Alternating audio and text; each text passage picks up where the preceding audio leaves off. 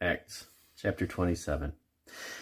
And when it was determined that we should sail into Italy, they delivered Paul and certain other prisoners unto one named Julius, a centurion of Augustus's band. And entering into a ship at Adramyttium, we launched, meaning to sail by the coasts of Asia, one Aristarchus, a Macedonian of Thessalonica, being with us. And the next day we touched at Sidon, and Julius courteously entreated Paul, and gave him liberty to go unto his friends to refresh himself. And when we had launched from thence, we sailed under Cyprus, because the winds were contrary.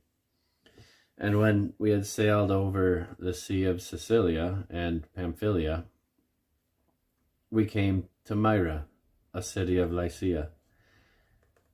And there the centurion found a ship of Alexandria sailing into Italy, and he put us therein.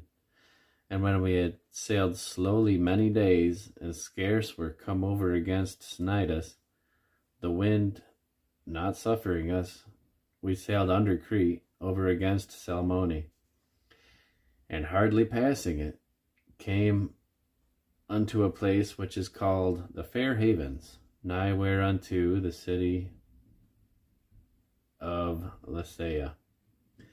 Now, when much time was spent, and when sailing was now dangerous, because the fast was now already past, Paul admonished them, and said unto them, Sirs, I perceive that this voyage will be with hurt and much damage, not only of the lading of the ship, but also of our lives. Nevertheless, the centurion believed the master and the owner of the ship more than those things which were spoken by Paul. And because the haven was not commodious to winter in, the more part advised to depart thence also, if by any means they might attain Phoenix, and there to winter, which is an haven of Crete, and lieth toward the southwest and northwest. And when the south wind blew softly, supposing that they had obtained their purpose, loosing thence, they sailed close by Crete. But not long after there arose against it a tempestuous wind called Euroclydon. And when the ship was caught, and could not bear up into the wind, we let her drive. And running under a certain island, which is called Clauda, which we had much work to come by the boat,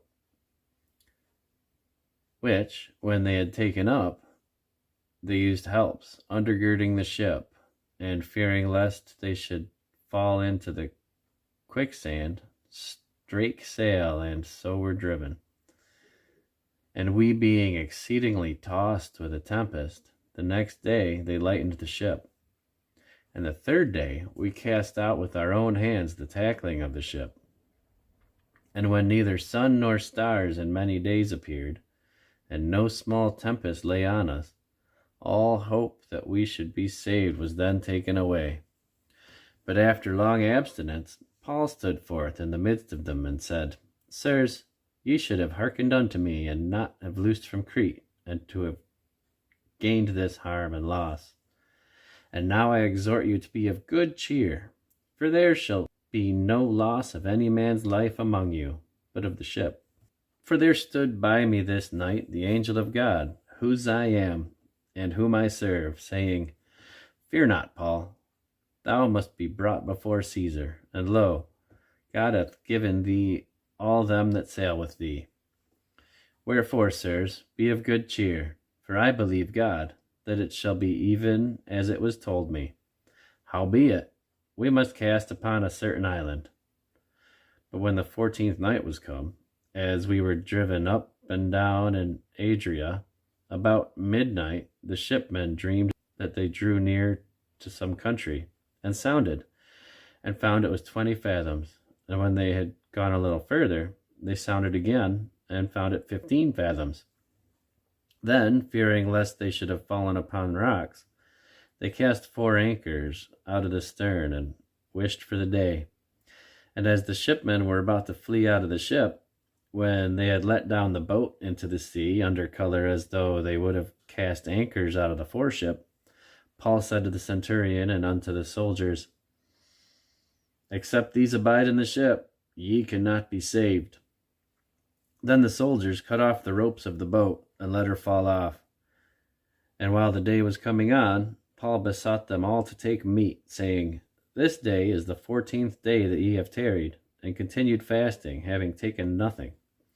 Wherefore I pray you to take some meat, for this is for your health, for there shall not an hair fall from the head of any of you." And when he had thus spoken, he took bread and gave thanks to God in the presence of them all. And when he had broken it, he began to eat.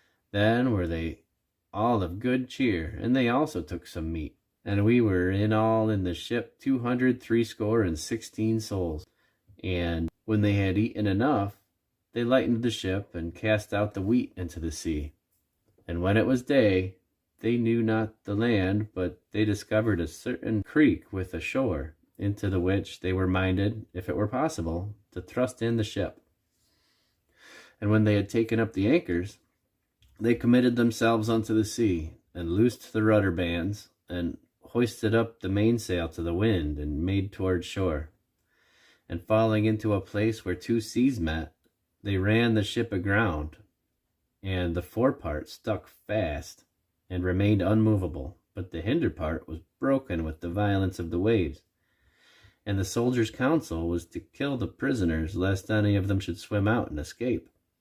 But the centurion, willing to save Paul, kept them from their purpose, and commanded that they which could swim should cast themselves first into the sea and get to land, and the rest, some on boards and some on broken pieces of the ship. And so it came to pass that they escaped all safe to land.